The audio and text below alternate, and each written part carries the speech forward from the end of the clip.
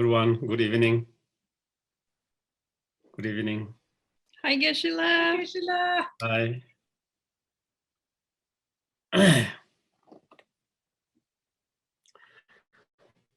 So maybe we can take a few moments to generate a good intention, motivation for being here.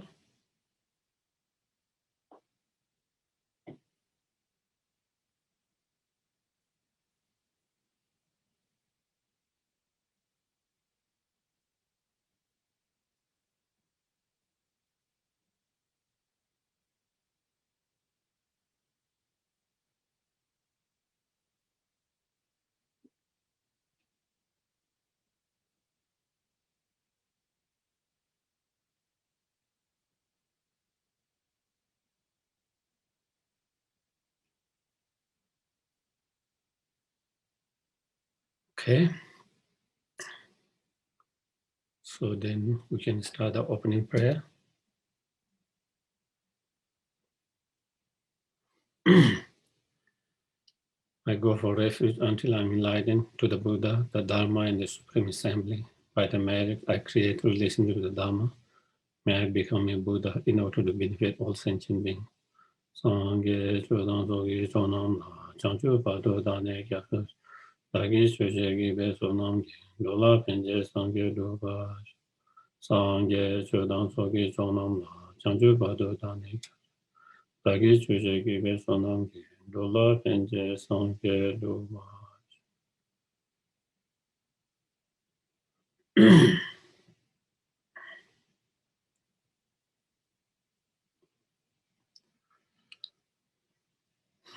So today's topic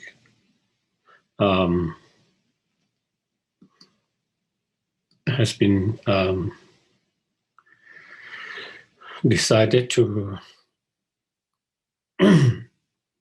discuss about, based on some of the questions, discuss on the practice of generosity. And before that, maybe, also I wanted to announce, I think we probably already announced, also from next Wednesday, we will be having a continuity of Middle Lamrim, and we are on emptiness part. And so from next Wednesday, then we will start that.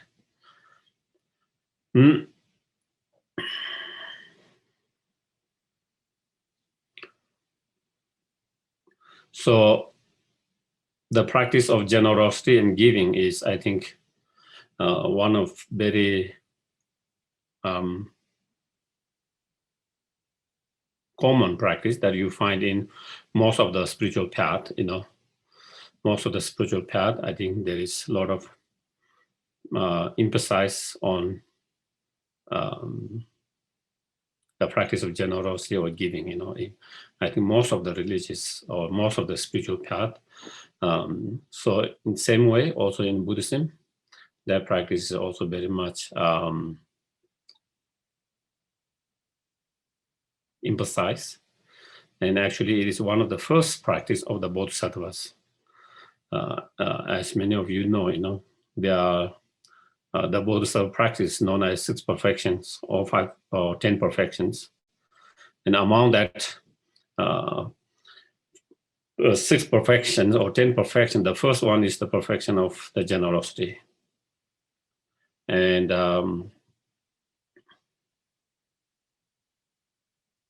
it is explained that the reason that the Buddha taught and gave the teaching on the practice of generosity or giving, first among all the other perfections, is because compared to other practice, it's more easier to practice. And so something that we can apply immediately. Some of the practice, it might not be so easy to be able to apply immediately for all of us, but anyone, they can actually, the practice of generosity, I think it is easy to apply. And so that is also why it was the first among the 6 or the 10th of the perfections and the practice of bodhisattvas. And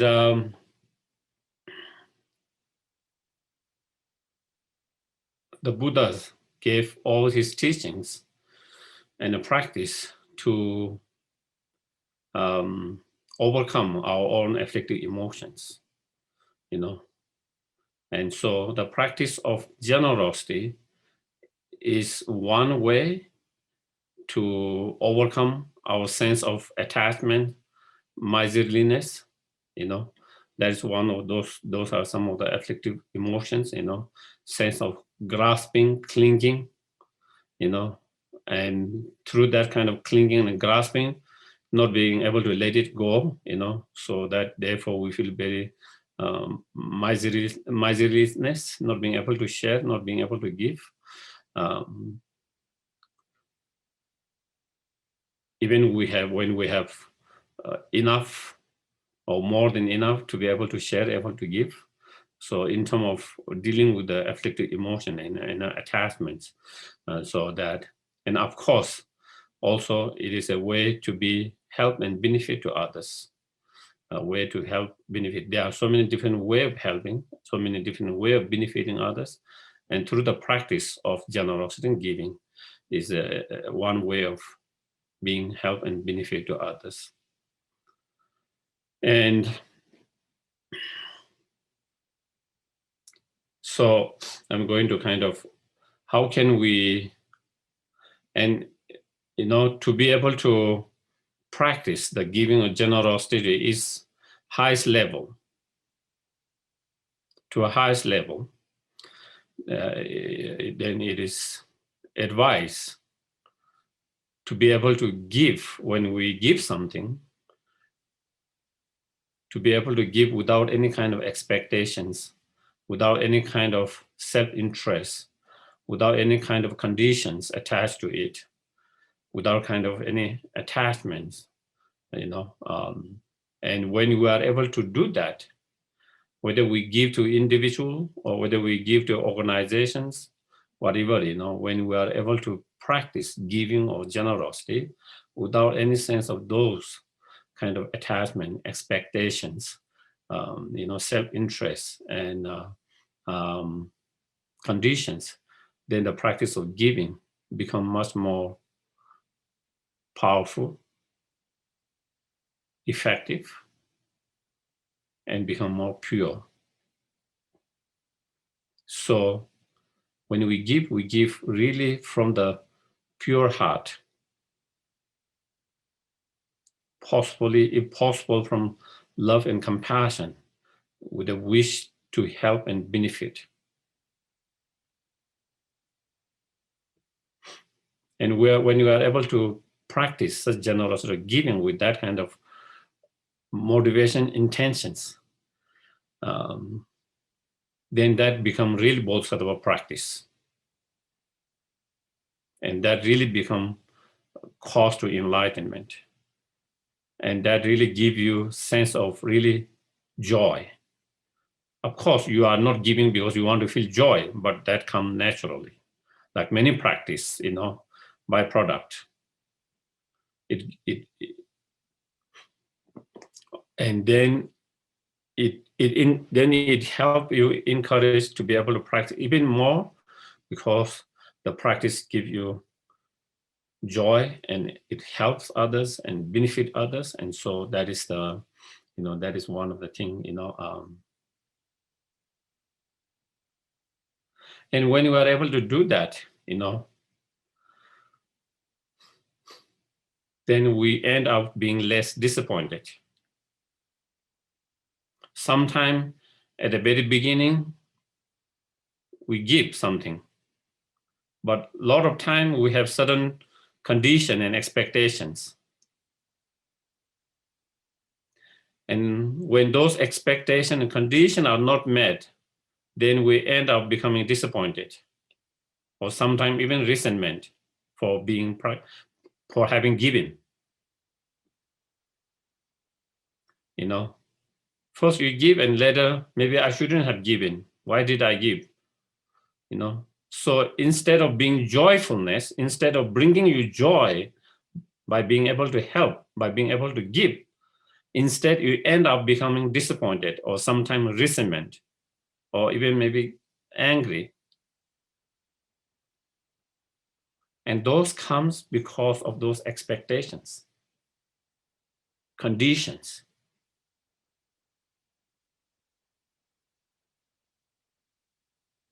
So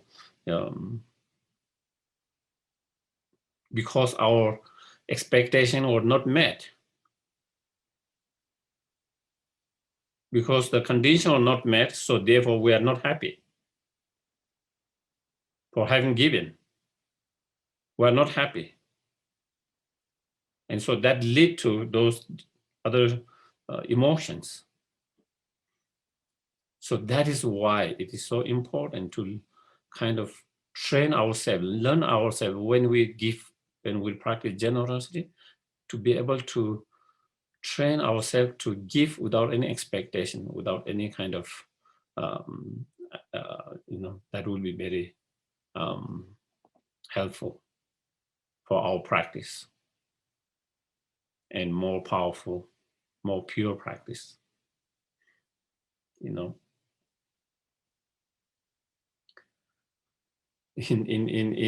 my own case,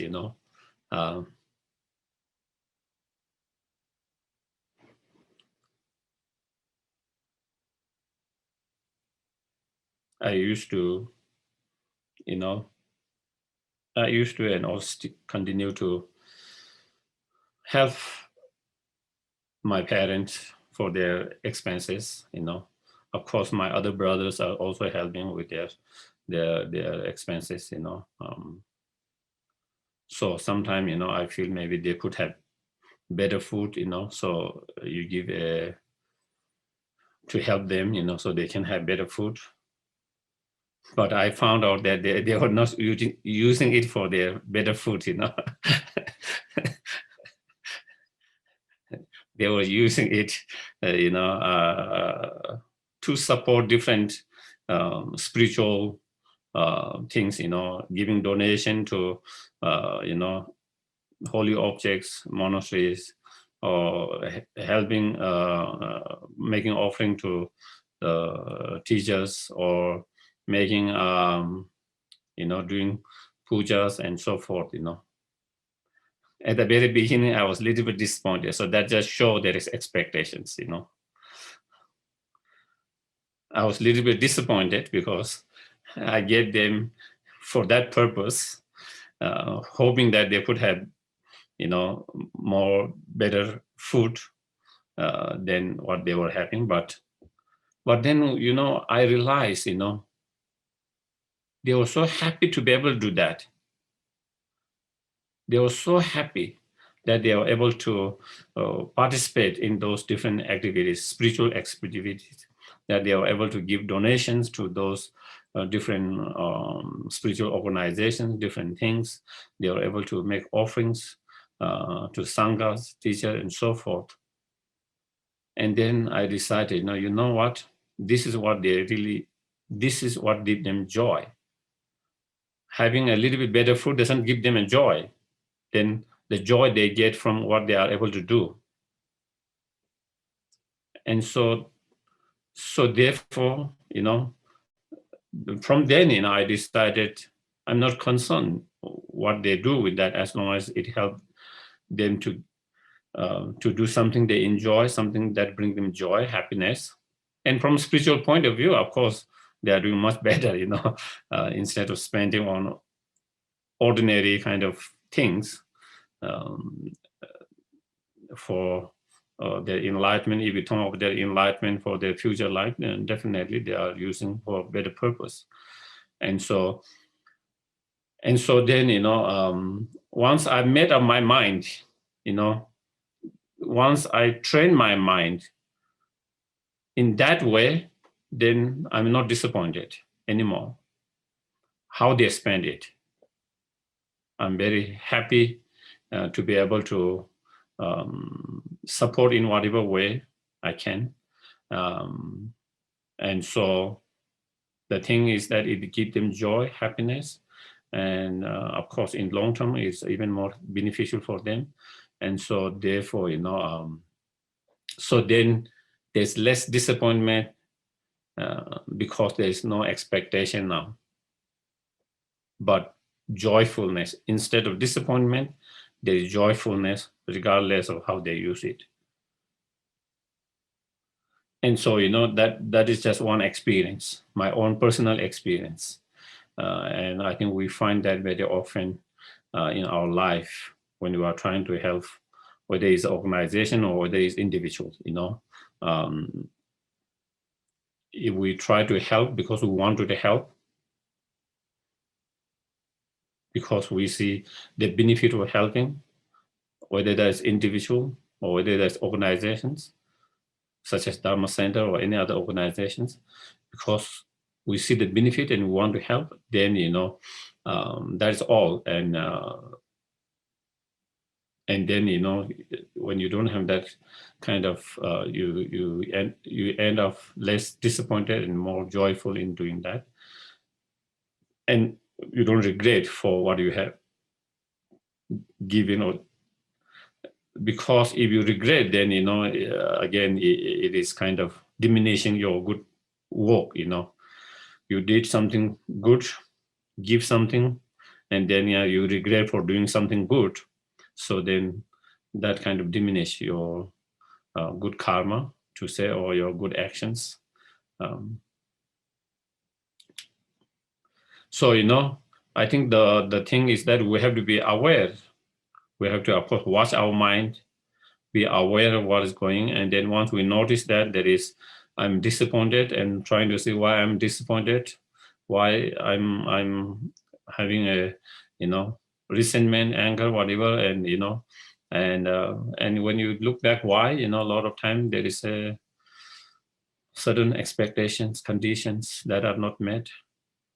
And so through that, then we try to transform our view, and by having changed our view, and then once we are able to do that without any kind of expectations and conditions, then we will end up enjoying. Of course, as I mentioned, you will not end up being disappointed, being regret. Instead, we will feel joy, happy in doing that, having able to do that, and that will give you even more encouragement to be able to even do more, even to practice more. When there is a sense of joy and happiness for such practice, that will also give you more kind of encouragement for you to kind of continue to do practice. Whereas if you end up being disappointed and regret, then it doesn't really encourage. It discourages you from to practice the practice of generosity and giving. And so I think that is one important factors.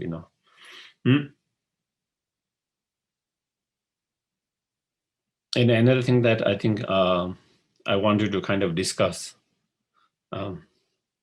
Also in relation to what I just spoke, sometimes we find, certain organizations, because those organizations are very beneficial, helping others in different ways, so many different ways. And we want to support and help. But sometimes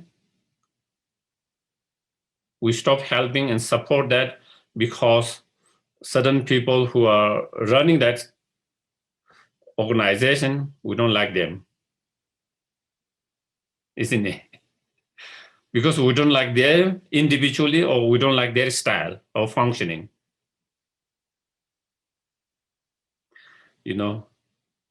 And then you don't feel like giving, you don't feel like supporting. Again, it is coming from a certain, expectation and view. The The point is, as long as that organizations is beneficial,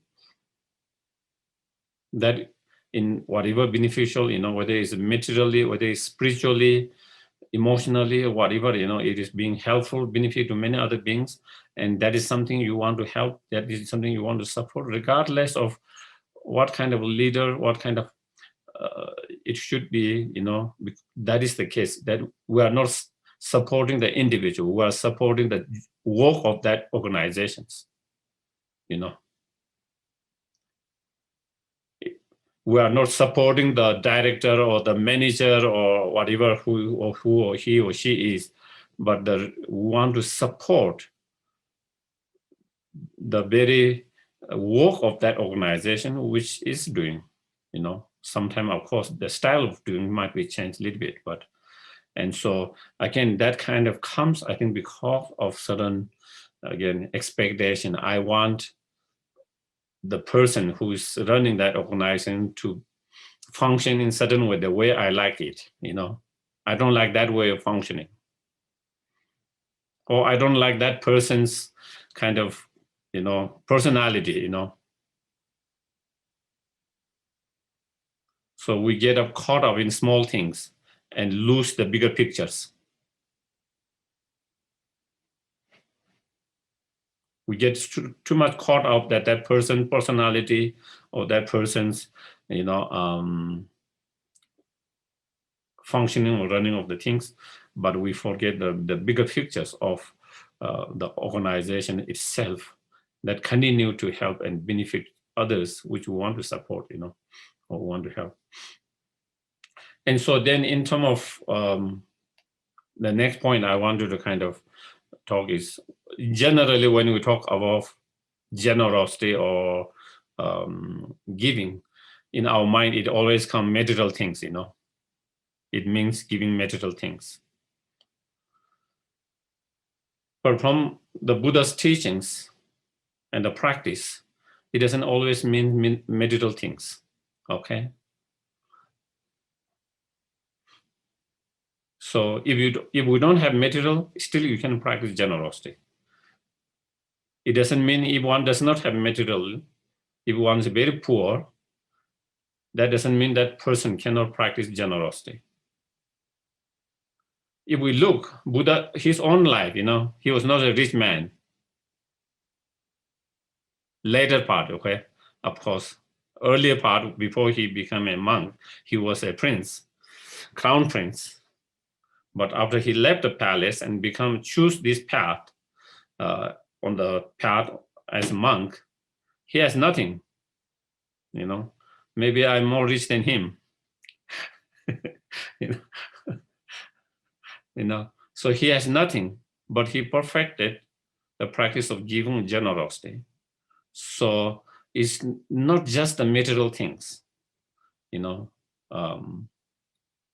we can practice generosity or giving with our time, our service. Sometimes to be able to give the time just to listen to someone's who is going through some challenges, difficulty, and who wants someone to listen their problems, their pain, just to be emotionally being with someone when they are in needs, just giving that time, giving service to organizations or individuals, sharing and giving your skills and knowledge.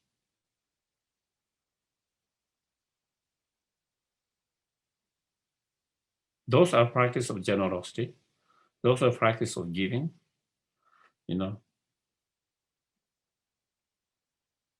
So do not think because I don't have much money, therefore I cannot practice generosity.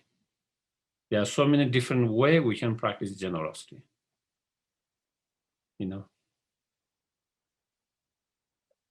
Any organization needs so many help, not just the money, but so many other help. Volunteers that can give service in different areas, an area that you can be help, benefit, that you can contribute. your skill, your knowledge,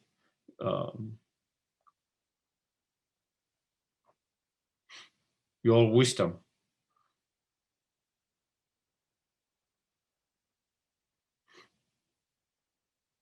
And when even you don't have that, any of that, to be able to dedicate all your virtues, dedicate all your virtues. What you have is your positive energy, your virtues, positive karma, merit, and you dedicate to all the well-being of others. You share and you give that to all sentient beings. That is also generosity.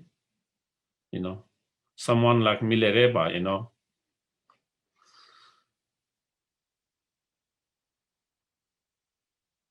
who was wandering from one mountain to another mountain, no one there, and just meditating, practicing. No wealth at all, physical wealth. Of course, there's plenty of internal wealth.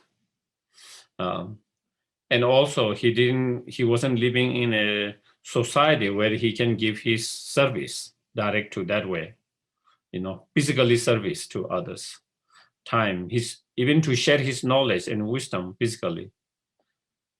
But still, he practiced all the 6 perfections, including the practice of generosity and giving.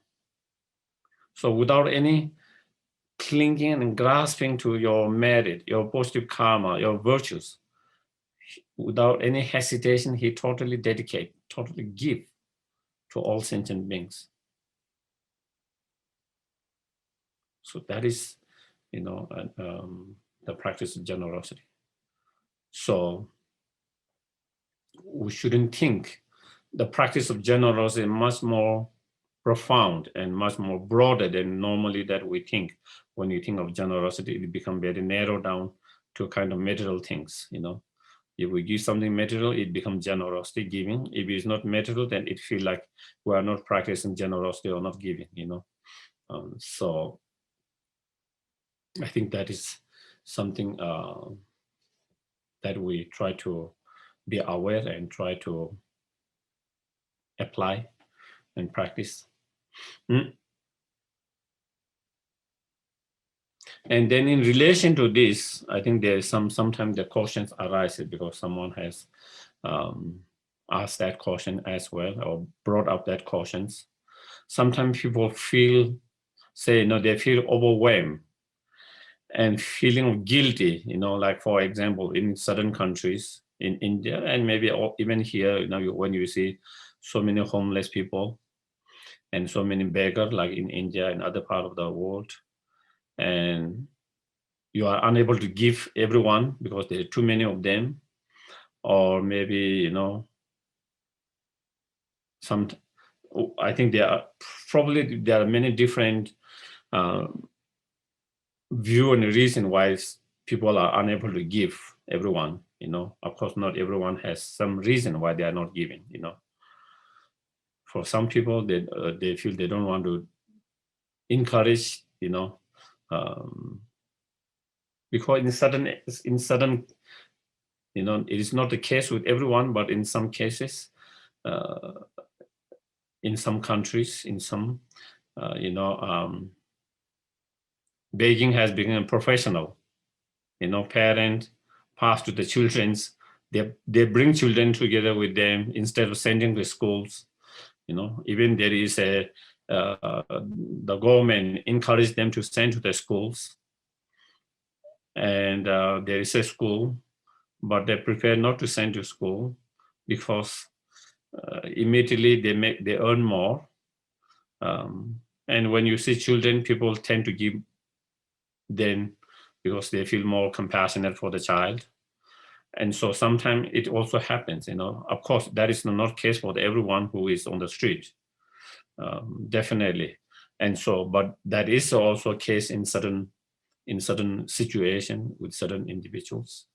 And for some people, so then their mind struggles,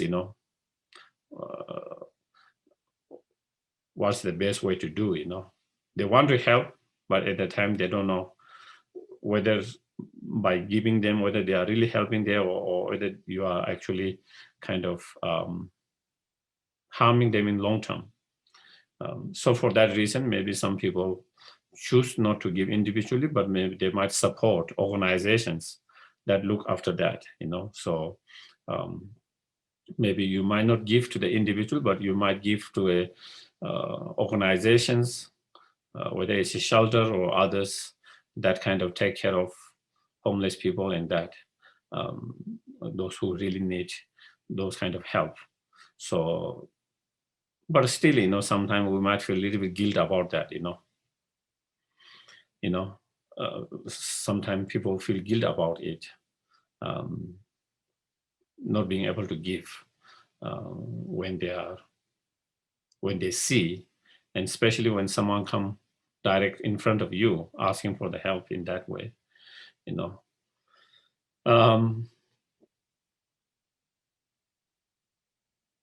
and sometimes you are able to help something then, but there is kind of endless, so you become overwhelmed, and then you are unable to help, especially in India, in certain area, same in Nepal, certain area, there's hundreds and hundreds, and once you start giving, then everyone keep on running, and hundreds and hundreds, and so then it can be a little bit overwhelming, and then again, and then you so you want to give and you want to help, but then it seems like endless or overwhelming, and so then you are unable to give, and so, and that not being able to help, for some people, then it bothered them and feel guilty,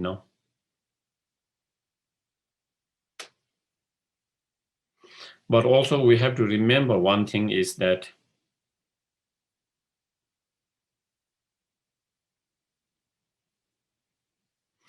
as much as we want to help each and every sentient beings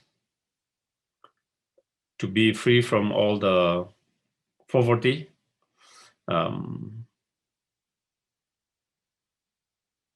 just as much as we want to see the end of suffering to each and everyone's in life, as much as we really want to see lasting happiness is in each and everyone's life, we can't do that at this point.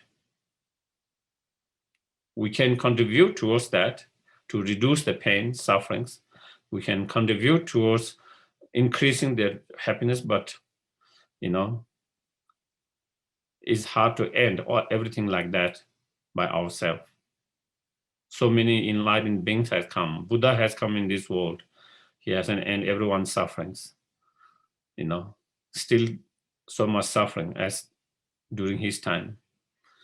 Jesus came, and still so many pain, suffering still there. And many other beings like them has come and who wanted to help benefit others and who give their life, everything still.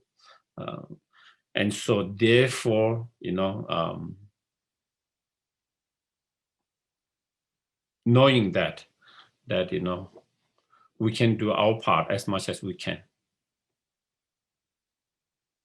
and not feel overwhelmed, burdened, and guilt by not being able to do everything.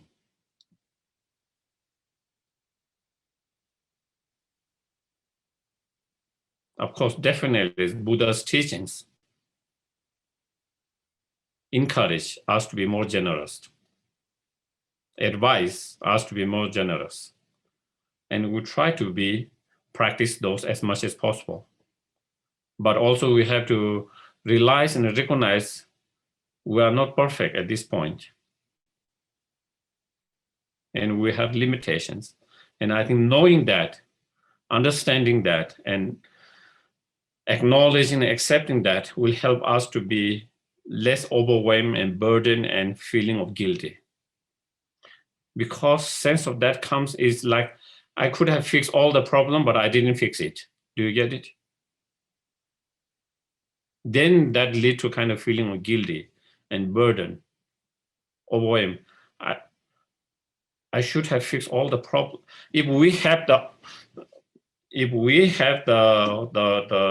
capacity, ability to fix the problem completely, and we didn't do that, then there is some reason and point of feeling a little bit guilt, overwhelmed by that burden.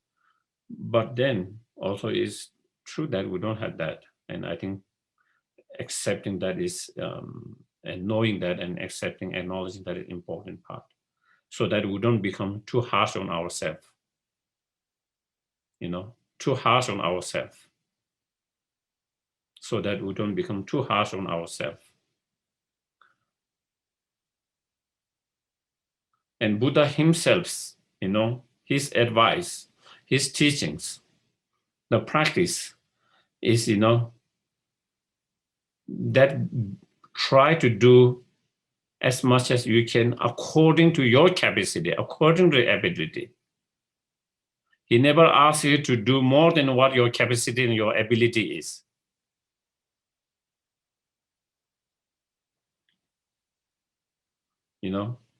That has always been Buddha's very skillful means of guiding the follower and disciples. Never demand more than you are capable. As our ability and capacity increase with our practice, our realizations, then the advice to do more high level of practice. So in this generosity, high level of generosity, high level of giving.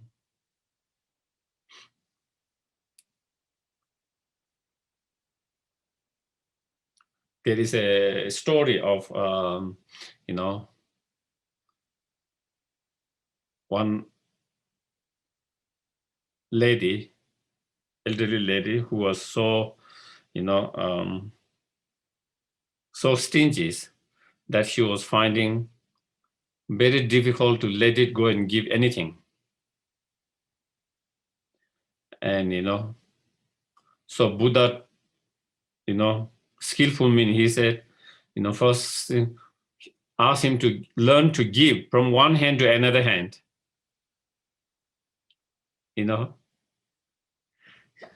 It seems kind of silly, isn't it? It kind of seems silly, but for that individual, it was very skillful mean. So, giving from one hand to another hand. So feeling comfortable or okay with that, giving from one hand to another hand, because she wasn't feeling right and comfortable to give from one hand to anyone. And slowly, as she get used to it and comfortable, then ask to give very small thing, small thing to someone she care, love. And she was able to do, never ask a big thing, very small thing, insignificant, but very small. And someone she cared most, loved most. And she was able to do that slowly. And slowly, then ask him to give a little bit more, better. Slowly, ask him to give someone who is not very close, dear to her. And that is how she improved her practice. And after some time, she was able to practice giving without sense of grasping, clinging, and stinginess that she had before. That is the way skillful means. And that is when we practice, that is how we should apply ourselves as well.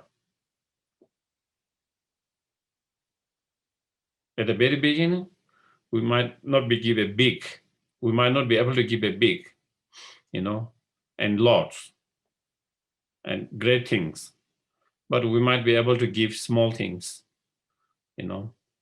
little. So we train and learn to do that.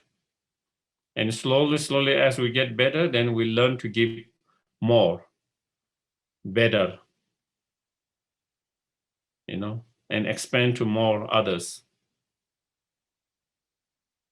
And as we get good at that, again, we try to go further than that and to be able to even, so of course, like in Buddha's teachings, he recollect many of his life story where he gave his own body, his own life in certain life as a bodhisattva by practicing generosity. And also they are teaching on that. But at the same time, the Buddha said, for the beginner, you should never practice that. For the beginner, you should never practice that. Only when you are physically, emotionally, mentally developed to a certain higher level and realizations, then you are encouraged to practice that one. You are not encouraged, not only you are not encouraged, you are discouraged from doing such practice of such higher level of generosity and giving. So that is something, so we have to understand all of that, all the broader teaching, everything, and being perspective, so sometimes, we think because we can't follow everything that is described in the teaching, some of those teaching and practice are for higher level bodhisattvas. And because we are unable to do that, and we think we are not good Buddhist. Or because I'm not a Buddhist because I cannot practice that one. I'm unable to practice that one. Or I'm not a good human being because I'm unable to follow that. And then we become harsh on ourselves, and then again, sense of feeling of guilt and so forth. So I think it is important, I think, to be aware and recognize that, and apply all the teachings according to our level, our capacity. The point is to practice, to train, to learn, and to improve slowly, gradually, get better and better,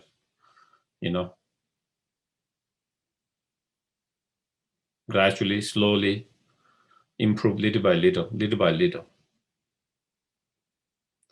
And we shouldn't be so concerned and feeling so bad because we are not there at the moment.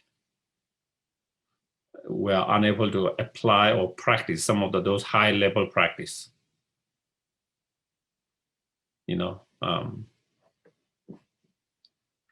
Sometimes I hear, people,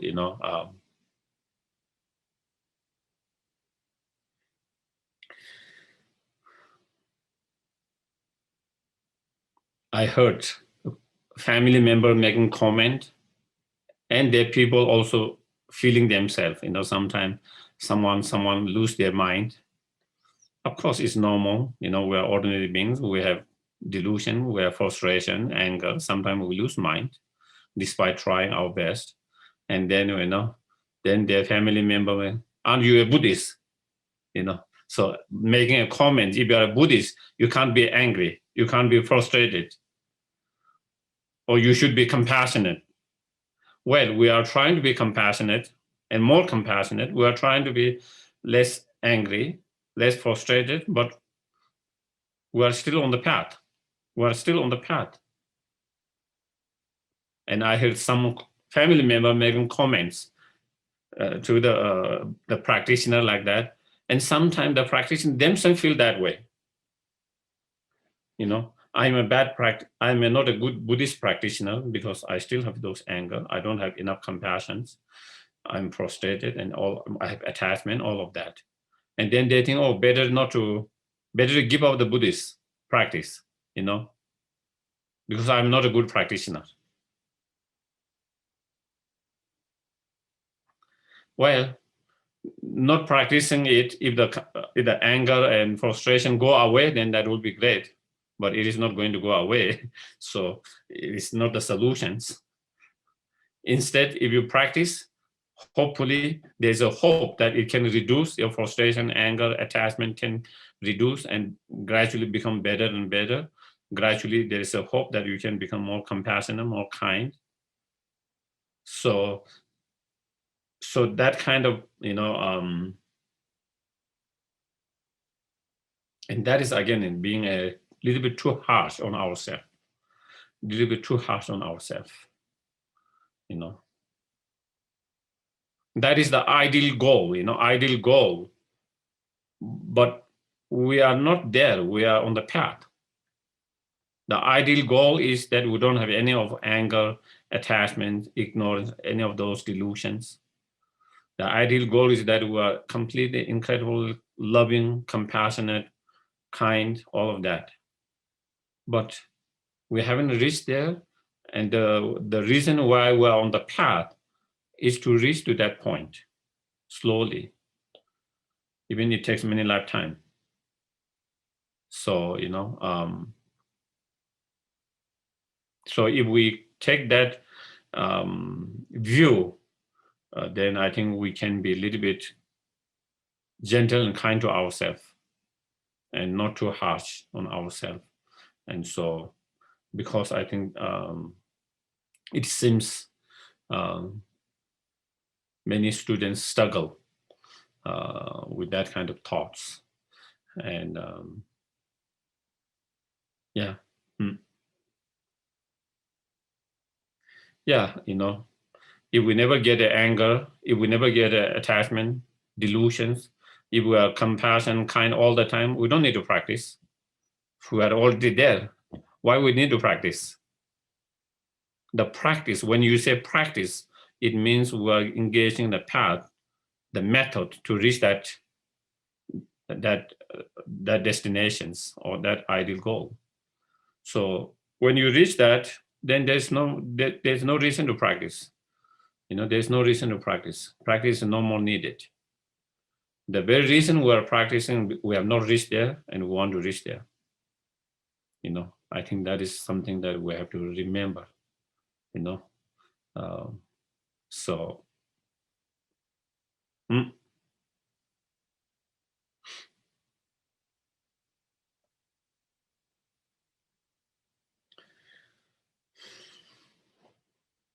then I wanted to kind of discuss the practice of generosity and the connection between the practice of generosity and loving kindness, compassion, how they are interrelated, you know. When you have compassion and loving kindness, the practice of giving, generosity comes naturally, you know. It comes naturally. Generosity is expressions or manifestations of your inner love and compassion.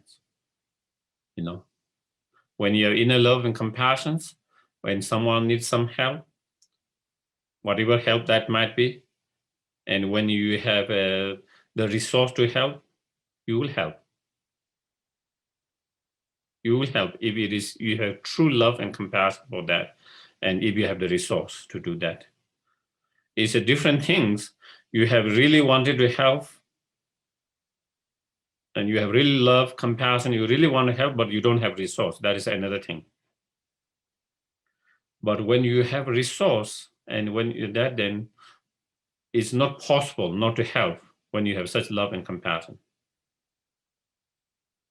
So love and compassion bring the generosity, you know.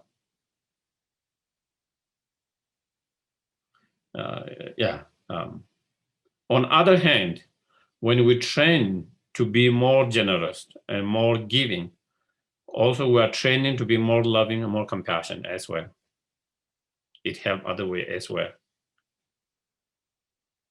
you know.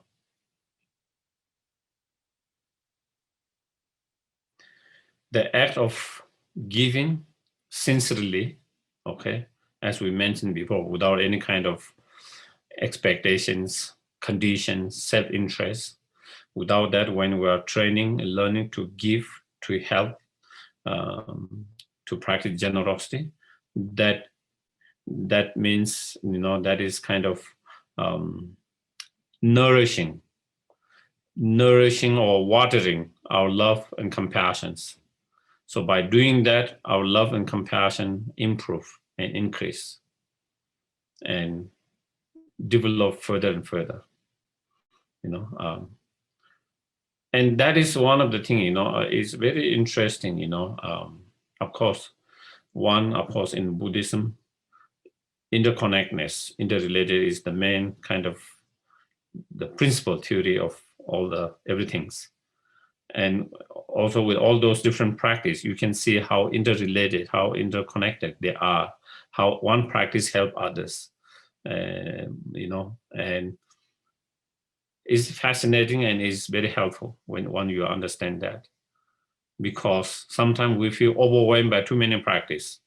But once you understand those connections, then by doing one practice, you are actually practicing others indirectly in a way. Because they are not isolated, independent practices, but they are interconnected, interrelated practices. So when one practice is improved and increased, that affect the other practices. Mm.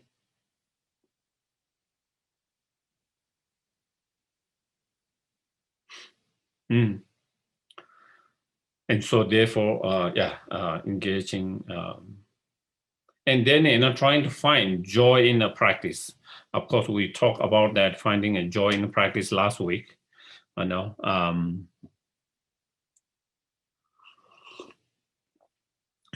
I think also same when we relate that practice with this practice of giving and generosity. When we practice to train, learn, and practice to give sincerely, as we described before, with a pure and sincere mind, at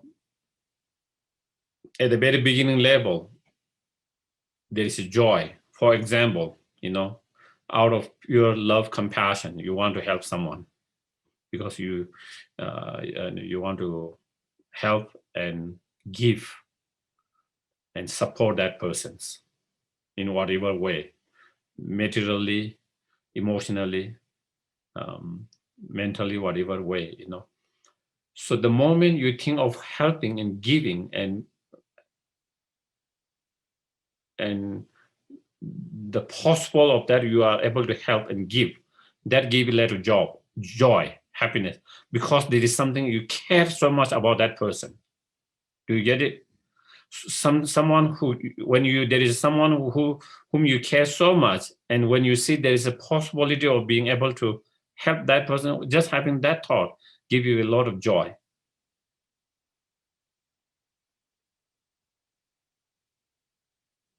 And then when you actually help, and when you are able to support, and when you are able to give, it gives you even more joy.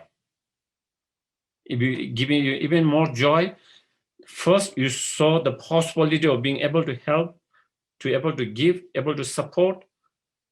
And not only you saw the possibility, now you are able to give, you are able to support, help. It gives you immense amount of joyfulness to be able to do that.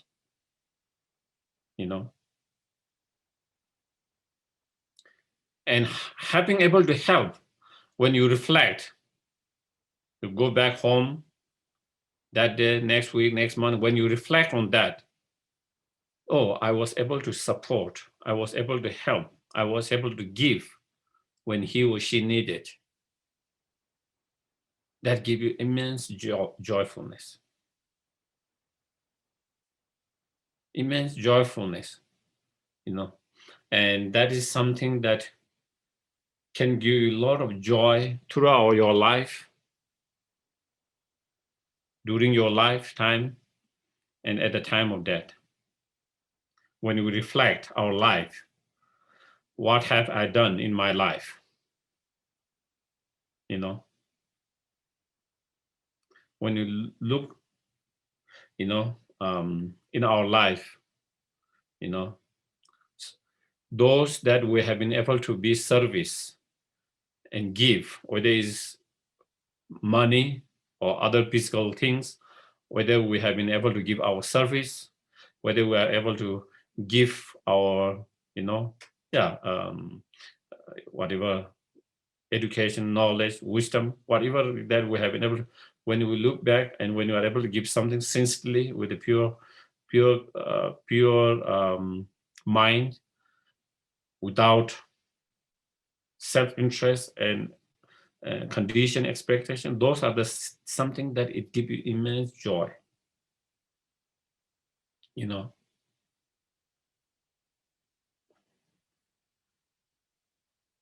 Personally also, you know, I when I reflect my life so far, you know, I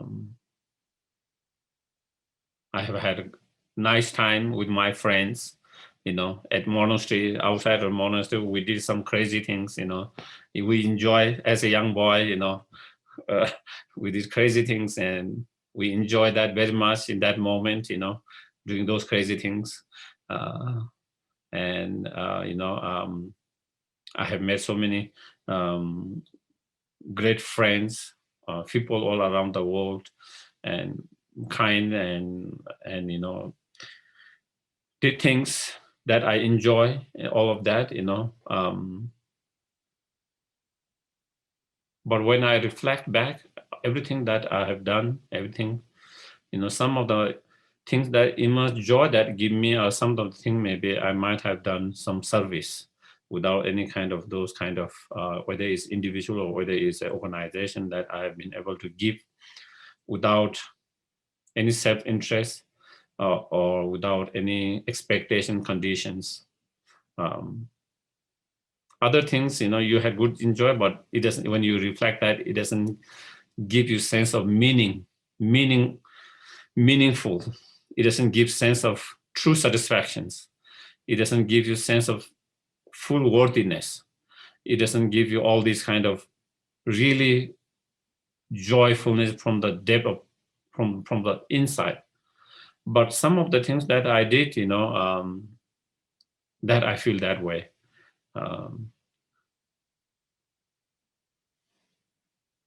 When I was in a monastery, you know, when I went to Sera in India, at that time there wasn't many monks who knew how to read and write English. There was school for the young monk who have just started not long ago. So there was very few monks. So I was one of them who knew how to write and read a little bit, you know. Still, it was not perfect and good, but at least I can read, I can write. So there are some monks who have sponsors, you know, people who are supporting them.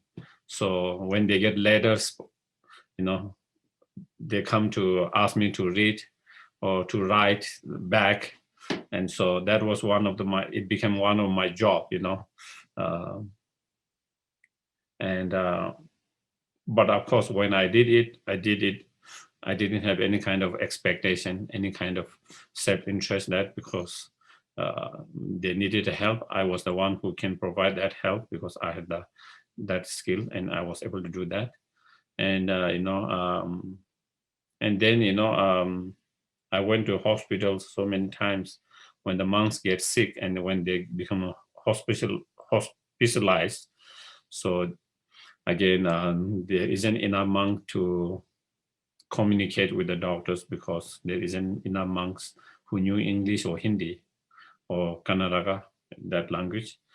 So again, you know, yeah, I have been so many times, and it is not easy. You know, you drive one way 6 hours in the bus. You know, if you go to Mysore, it's 2 hours. If you go to Bangalore, it's 6 hours one way, and then when you're hospital outside, you know, some days we sleep outside of the hospital because we couldn't afford, there was no money to afford a place, hotel or any place to stay. So, you know, sometimes you have to sleep outside, all of that, you know, and I had to miss a lot of classes, you know, with certain patient, I spend a week, certain patient, I spend even a month, you know, because once they were admitted there, because whatever problem they found out and they're asked to be admitted. So then I cannot just leave them and come back, you know, until they have been discharged, because then the monk who is there doesn't know the language enough. Of course, there is someone who can take care of physically taking whatever needs, but they cannot communicate with the doctors and all of that. And so there are times when I spend weeks, 2 weeks, months, and that went for many, quite a few years. And that happens so frequently. Some of the senior monks from Kopan, who are studying Sera, they had a meeting about me on concerning that, because I was missing so much of the classes. And so, but when I look back, and it wasn't so easy, it wasn't so easy to say it wasn't great joyful all the time, to be honest, it wasn't like great joyful all the time, Sometimes I wish that I could, they could find someone else, I wish they could find someone else. I wish that, I could continue my study and classes, because I have a lot of disruptions, like you go hospital, you come, and then it take a time to kind of really adjust to the new kind of timing and everything. And then once you start to get into it, the flow of the schedule, everything, again, someone comes and can you come and help? And then again, it disrupt the flow and everything, So it was not so easy. So it wasn't so easy, and it wasn't also as joyful sometimes. Sometimes I feel very joyful, sometimes because I'm able to help and I can see the benefit and help of being able to do that. But some days it's not so easy. But now I look back, and those are some of the moments I cherish so much. Those are the moments that I cherish. Among everything that happened in my life, everything that good things that has happened in my life, everything whatever happened, those are the things that I cherish so much.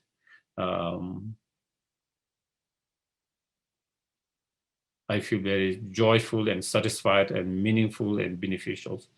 And same with the service I gave to the monastery there for 9 years in different positions, again, same thing, sometimes it's not easy, when you work in organizations. Any kind of organization. So Buddhist organization, not exception, okay? Buddhist organization has also its own problem. Our Buddhist center has its own problems. Sometimes we are ego, even though we are supposed to be less ego, but we still are on the path. So we still have ego. We still have frustrations. We still have this is my way, or this is your way, or, all these kind of things. And so, it is only a matter of how much more and less. Definitely some have less, but definitely there is still problem. And monastery are also not exception as well. Don't think all the monks are enlightened beings, okay? The monks are also just on the path. There could be some enlightened beings, but most of us are still on the path practicing. So we are not perfect, we are not enlightened. And so therefore we also have issues. And so sometimes again, it might not be so easy. Sometimes it can be challenging. Sometimes it can be difficulties, but despite that, you continue to give the service,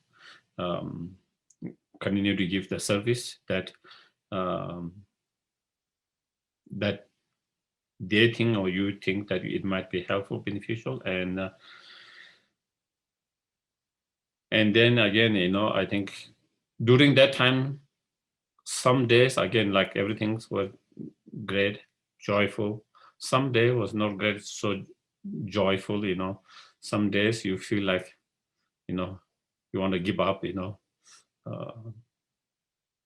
someday you feel I'm done with it, I just I'm done with it. Someone can take in charge of this, or someone can do that,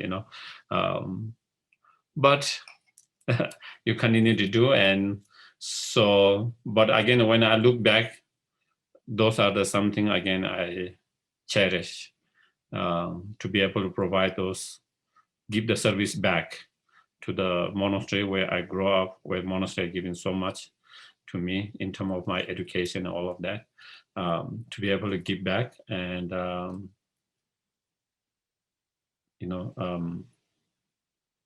so I think those are the things, that I think, regardless whether you had a great joy in that moment all the time or not, but I think when you look back in your life later, during your lifetime, and definitely at the end of life, what have I done in this life?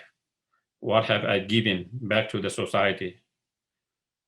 I think those kind of thoughts, that kind of will come, and when we are able to see that the service that we are able to give, the in our own capacity, in our own way, whatever we are able to, whether it's an individual, whether it's a organizations, then I think that will give us more joyfulness, more sense of meaning of our life, more sense of worthy. And so I think, yeah, when you are able to do that, so I think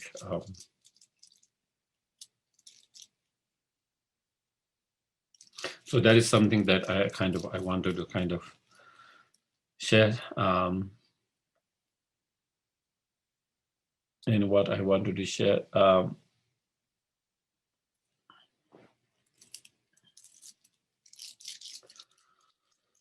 Another thing, and lastly, I wanted to share is, again, to practice generosity or the giving. It's not about how much we have, It's not about how much we have. Rather, it's about how open our mind is, how kind our heart is, how compassionate our mind is, how concerned we are with others.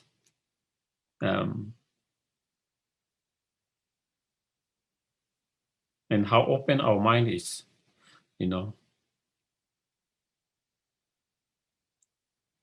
And of course, we did touch on subject that practice of general giving, not about the material, but in terms of material, then it is not about how much we have, rather than that is how much open and compassionate and kind, caring we are. I often see all over the world, India, Nepal, all over the world, it is not always the people who are most generous. Rather, I find it's the opposite. Ironically, I don't know why, but ironically, people who have less seem to be more generous. It's interesting. I go to all the centers, and people who are supporting the centers are the people who are struggling with their life, who don't have so much, but who continue to contribute and support the centers.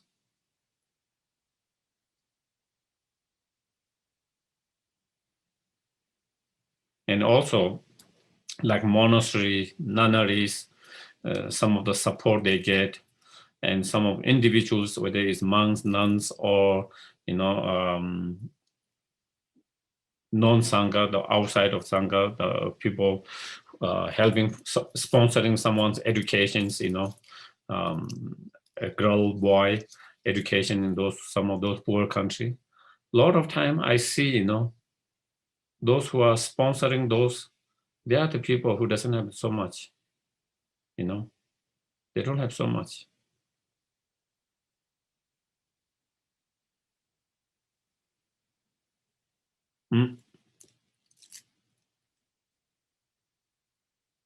So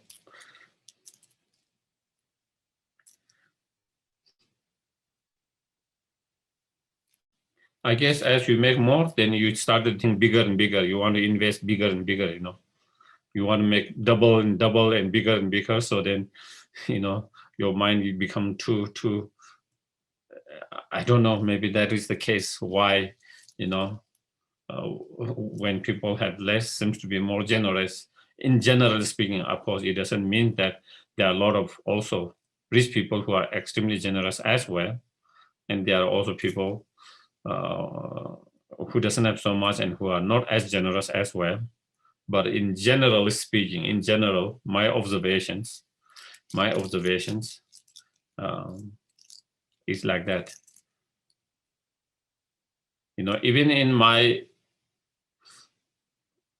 Even with my parent, my mom, especially my mom, my parents have been supported by the children for the last 30, 40 years. And so they have very little. Whatever the children give, that is what they have. Monthly basis, yearly basis, But she's so generous. She's so generous. She has always been so generous, Every time she hears someone is sick, someone passed away, she later part she couldn't go because of her knee, so she hasn't been able to go out of her house for maybe last 15 years or something.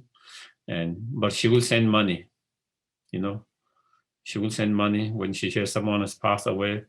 When she hears someone is sick in the hospital, she will send money, and and someone show up, she like to feed, regardless whether she know or not. She push you to eat, drink something, and she was extremely generous, even though she hardly have anything. And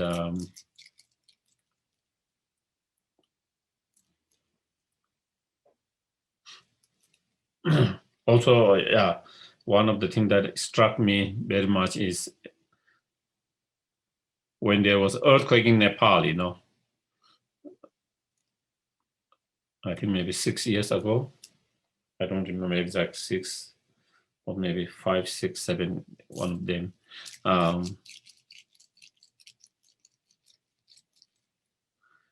Of course, there was a lot of news journalists reporting the situation there. And then I saw in one of the BBC news, one journalist was in one area where they had the destructions and all the house was collapsing, and people in the village, they had nothing. And so there was one old lady, her house is gone and she has left nothing. And I think she was making the lunch, something. I don't know how she managed that I didn't see it, or they didn't. But she was insisting the reporter to have come in lunch, and she was so generous, even in her situation that she had lost everything. But she just wanted to offer whatever food she had to the journalist who was reporting there. And some of these are like that, some people who have so little, but whose heart is so big, so big. And so that is generous. Giving is all about that big heart, It's about that big heart. It's not about how much material you have. It's all about how big heart your heart can become, Sometimes we feel, I could practice more generosity if I had more. It's not the case, That is just an excuse for us. That is just an excuse for us, Sometimes we feel, oh, I wish I could have more so that I can practice more generosity. Because if we don't train our mind, as you see with some rich people, no matter how much you have, you indulge in all your, all money. You will indulge in all the samsaric enjoyment, having many homes and all kind of expensive vacations, spend all expensive things, but you might not find a money to give to some poor or charities, whereas on other hand, someone who have less might be able to support and have more than that person who have more. So it is not about how much, it's more about your heart. So it is training our heart to be more bigger and bigger, training our heart to be more compassionate, more kind, more loving, and bigger. And if we become a more kind, loving, compassionate, and more big heart, then we shouldn't find difficulty practicing generosity and giving, no matter how much we have. Even we have very little, we will be able to practice that and perfect that. Okay. So with that, I think I want to conclude here. So then I'm leaving a few minutes to open up for the questions. Yeah.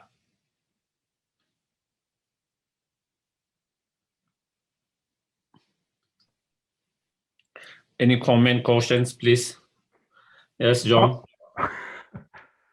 It's just a comment, Geshe-la, but in my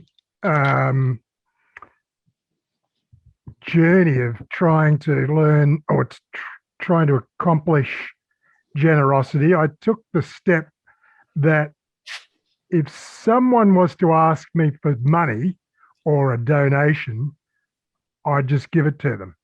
Mm-hmm. So what happened after a period of time, this was back in the days where you got letters asking for donations. Mm-hmm. So Saturday morning, what happened is I started just doing, like, I'd get an odd letter asking for a donation. Then when I started donating, I got more and more. And what I'd do on a Saturday, I'd be sitting out writing these checks for like a couple of bucks, like not very much. And I thought, I've got it. Generosity, tick. Mm-hmm. But what I found was that the letterbox was just getting more and more. There was just like, you couldn't open the letterbox. And my wife used to race downstairs and open the letterbox before I could get there and get rid of the letters.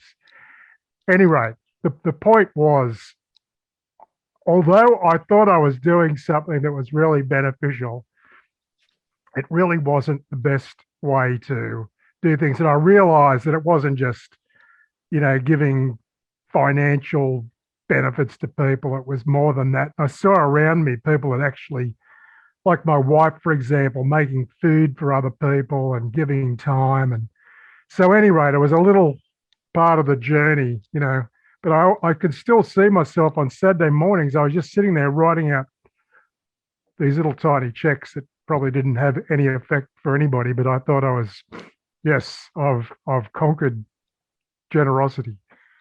Anyway, just a silly comment.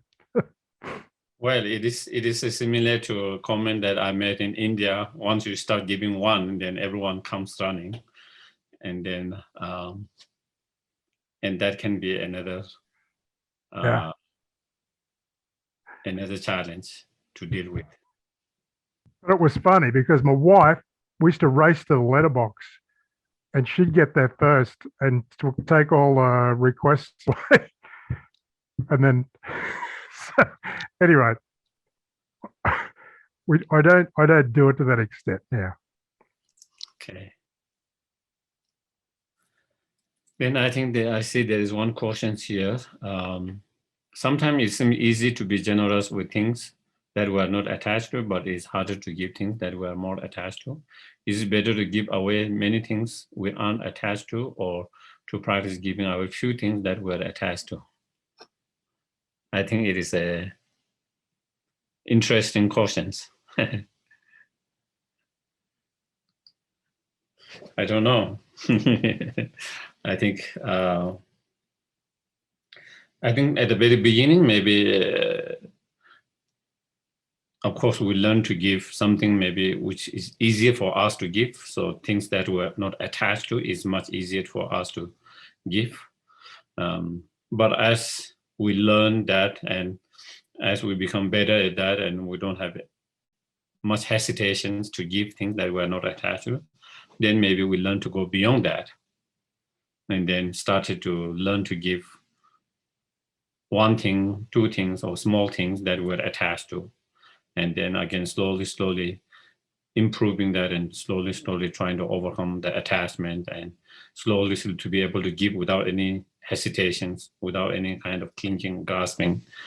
And so then of course, then it would be easier, and then we can get things that we're attached to, all of them. And so then, then we have no problems. Then we can work with things that were more attached, we give them. Less attached, then we keep them.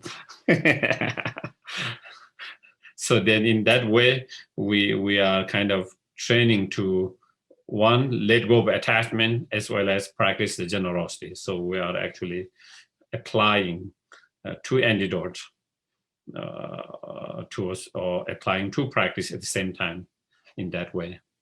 Yeah. But to reach that point, it takes time, and it's not going to be so. I think we have, like every practice, we start with the easy one. But of course, because it is easy, we might tend to want to be in that state all the time, and doesn't want to move further, which is more difficult. If we do that, then again, we will not make a progress. The point is, we start with the easy one, and then we learn to go further and take the challenge to practice more difficult one, and overcoming those difficult ones slowly, one by one. Yeah. Any other practice? Questions, comment? We still have time for one or two. If you don't have, that is also fine. You don't need to feel that.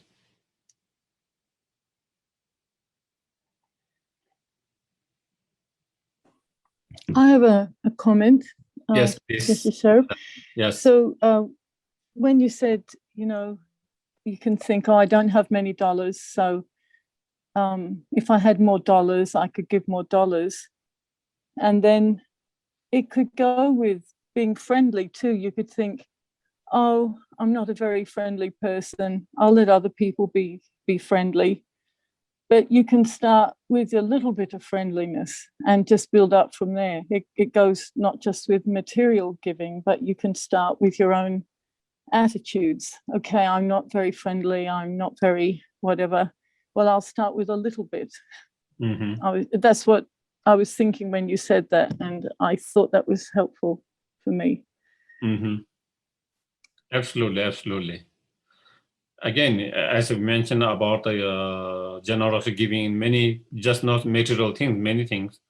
Sometimes our service to organizations, whether it's Dharma center or non-Dharma center, maybe at the very beginning, we might not be able to give a lot of time, but we can at least give maybe 1 hour a week, or 2 hours a week, or give little time. So like that, so whatever different way, whatever service, whatever different way that we can give, instead of feeling, I wish I could give 24 hours, 5 days a week, or 6 days a week, 7 days a week. Maybe we can start with 1 hour a week or 2 hours a week, and then hopefully maybe we might be able to give more, and so whether it's a material, whether it's a time, service, whatever, and as you mentioned, just also like being friendly. Yeah. Okay, then we do the dedications if no one has. So we can have dedication prayer.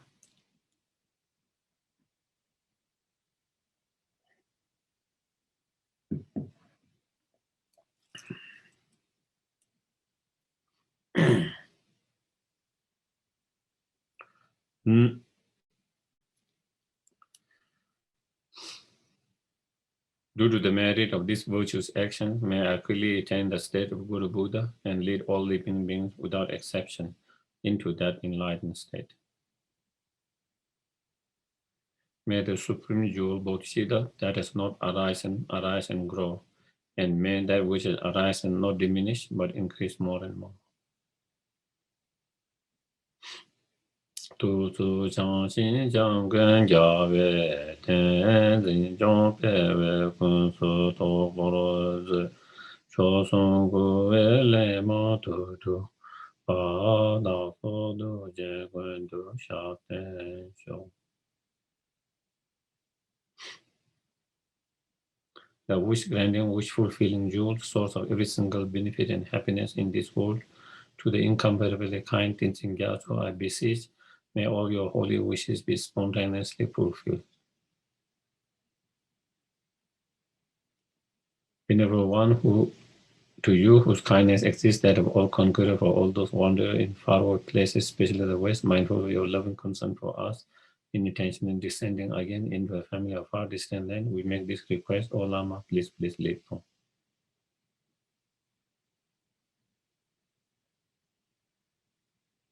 Yeah. Okay.